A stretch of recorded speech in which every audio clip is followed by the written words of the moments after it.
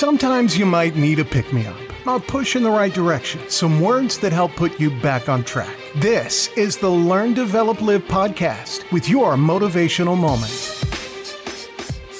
Welcome to the Learn, Develop, Live podcast with your motivational moment for this week. My name is still Chris Jacks, and I hope you're smashing your week to pieces.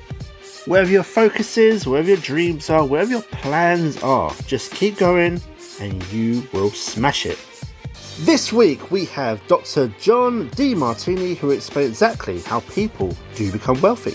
Dr. John says that only 1% or less of people actually make financial independence, while the other 99%, well, they're living in delusion.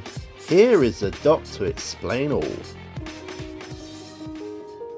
1% or less actually make financial independence.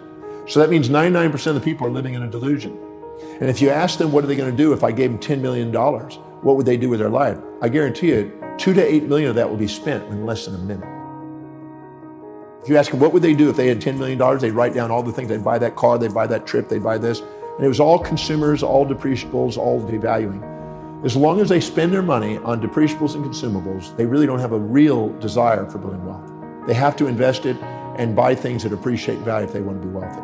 First of all, you want to find out whatever you've done in your life, how it served you, how it served others, and clear out any shame and guilt. Then you want to sit down and ask, what is it that you're really going to do? Because you're not going to get wealthy unless you're serving people.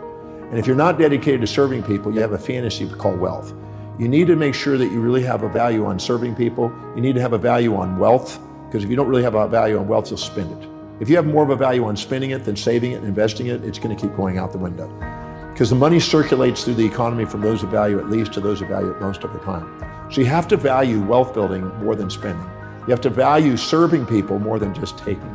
And you have to be able to be dedicated to something that's really congruent with your values, or you won't stay with it. You won't build momentum and perseverance towards the accomplishment. And people who have a forced automatic savings in place and are willing to consistently study and research because they value wealth building. Warren Buffett by the time he was 11, he already read all the books in the Omaha, Nebraska library on wealth building by the age of 11. He was committed to the outcome. People are really committed to wealth building. They study it, they research it, they mentor under it, they apply it, they have forced savings and investment structures in place. They constantly are trying to serve people, and they want to build a business that lasts. What happens is every human being lives by a set of priorities, a set of values, things that are most important to least important in their life. Whenever they set goals that are congruent and aligned with their highest values, they become the most powerful and effective people they can be.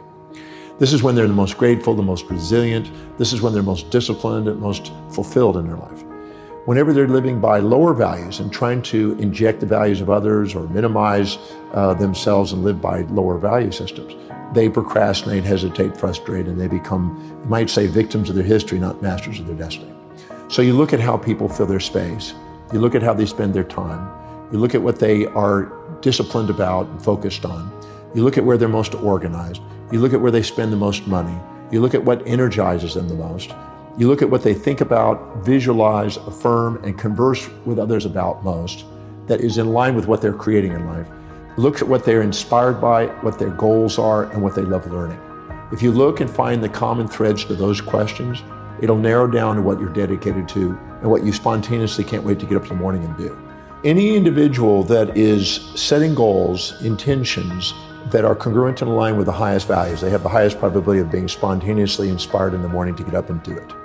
So if you have an entrepreneur that's working in a business and they found what is most meaningful to them, they have found the tap dance to work energy that Warren Buffett describes. As Bill Pollack, who owns Drake Corporation, told me, he says, since 1951, since I found out what I love doing, I've never worked a day since. Now, in addition to that, an entrepreneur also has to find out what their targeted market's highest values are to make sure that they're providing a service that meets those specific needs. So determining your own values and determining other people's values that you want to serve is an essential component, because you're here to be able to find something that serves other people, but it's also meaningful to you. If you find those two, you've got your niche. Now you've got exactly what you would love to get up in the morning and do, and you get to go and do what exactly people want, and you get to fulfill their life. Because everybody has a set of priorities, a set of values in their life, when you go down the list of values to lower values, you're less inspired, less fulfilled by doing them. You procrastinate in doing them. And what happens is you'll only do them if it's pleasurable, and if it's not, you'll give up. So it's a key is to make sure that everything you do is highest priority, the thing that's most meaningful to you, so you don't give up, you have the resilience, and you embrace pain and pleasure in the pursuit of a great purpose. If you are not living by your highest values because you're wanting to do it with pleasure only and you want to give up of its pain, you'll need motivation all the time. The difference between inspiration, which is from within, is people who are inspired from within are living by their highest values. And people that need motivation from without are people that haven't found that highest value and are living by lower values, and they need constant incentives and motivation and only pleasure to keep them going. So I'm not a motivational speaker, and I don't promote motivation because I think motivation is a symptom more than a solution. The animal is always having an impulse for that which is prey and pleasure, and an instinct away from that which is pain and predator. So our animal nature needs motivation. But our truest nature, our human nature, the one that activates the telencephalon in the brain, the executive centers of the brain, which allows you to be an executive and a leader in the world, transcends this pain, pleasure, amygdala reaction of the lower animal within us, and allows us to function from an inner core mission that transcends that and allows us to be able to embrace pain, pleasure, support, challenge, ease, difficulties. Any complementary pair of opposites that you face along the way, you turn into on the way. If you're expecting to float across between two buildings, that's unrealistic expectation. Or if you're expecting yourself to do something that's truly not high on your values and not meaningful to you, you'll tend to give up. Or expecting some other human being to do something that doesn't abide by the laws of the universe, or expecting them to live outside their values. Because every human being makes decisions according to what will give them the greatest advantage over disadvantage, greatest reward over risk to their highest values. So if you expect yourself to do something that's not really meaningful to you, it sounds like a neat whim, but it's not really you, you're going to end up self-defeating and end up with the A, B, C, Ds of negativity. Internal anger and aggression, internal blame and feelings of betrayal, internal criticism and challenge, internal despondency, despair, and depression. And these A, B, C, Ds of negativity that you internally have, which some people call negative self-talk and negative self-behavior, is actually a feedback mechanism to make sure we're setting realistic expectations that are aligned with our real values. And we know that it's real if we can see it in our mind's eye, we see the strategy, we know the action steps, and it's obtainable. Now, those are the keys. When you do, you have a realistic expectation, you keep showing effort and evidence of manifesting what you want to manifest. The wisest thing to do is start with simple goals that you achieve and train yourself to do what you say. If you train yourself to do what you say, your piggy banks become biggie banks. Your little action steps become big dreams. And if you live congruently with your highest values, you have the highest probability of achievement, and you won't give up on your goals.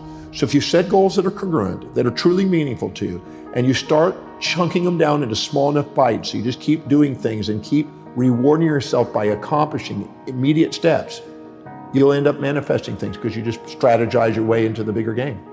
So I always say that if you chunk the big project down into small bites and then down to everything that's within a time horizon and within your vision to see and do, you'll get it. You just stay with it long enough.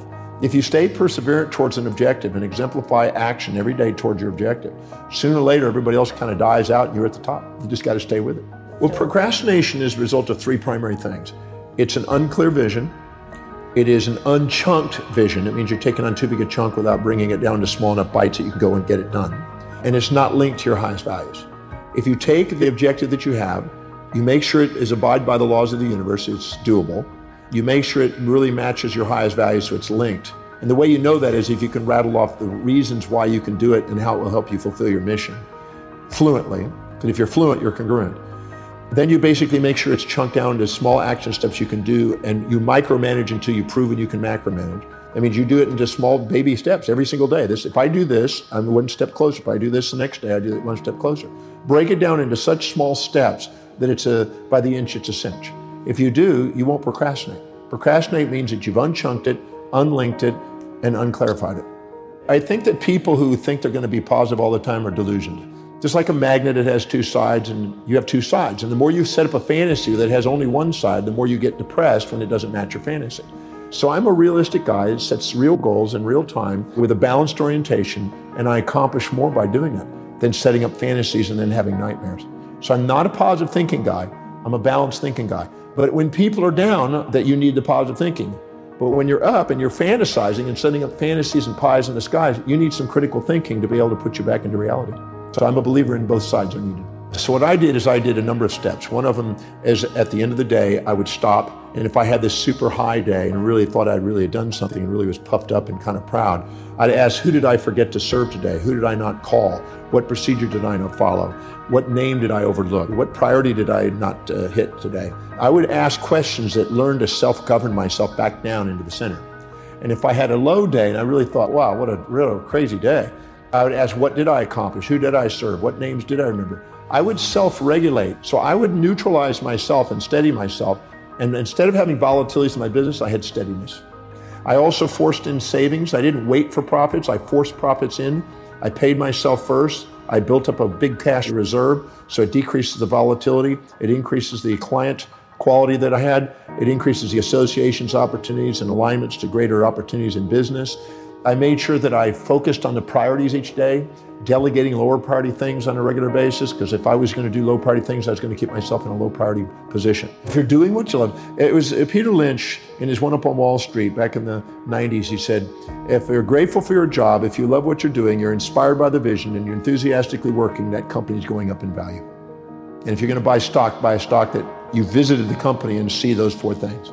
If those four things are in place, the company's going to go up in value, because that's four things that exemplify what's possible and draw and magnetize charismatically people to people who are doing those four things. A company can't grow without those four things.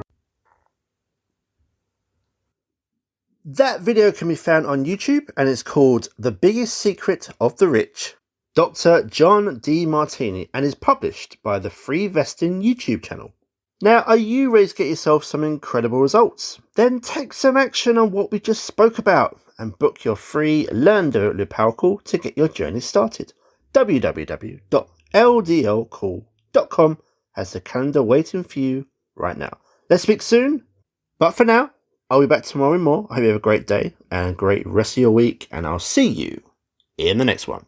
Thanks for listening. You can find more motivational moments at learndeveloplive.com. And we'll be back to inspire you again tomorrow.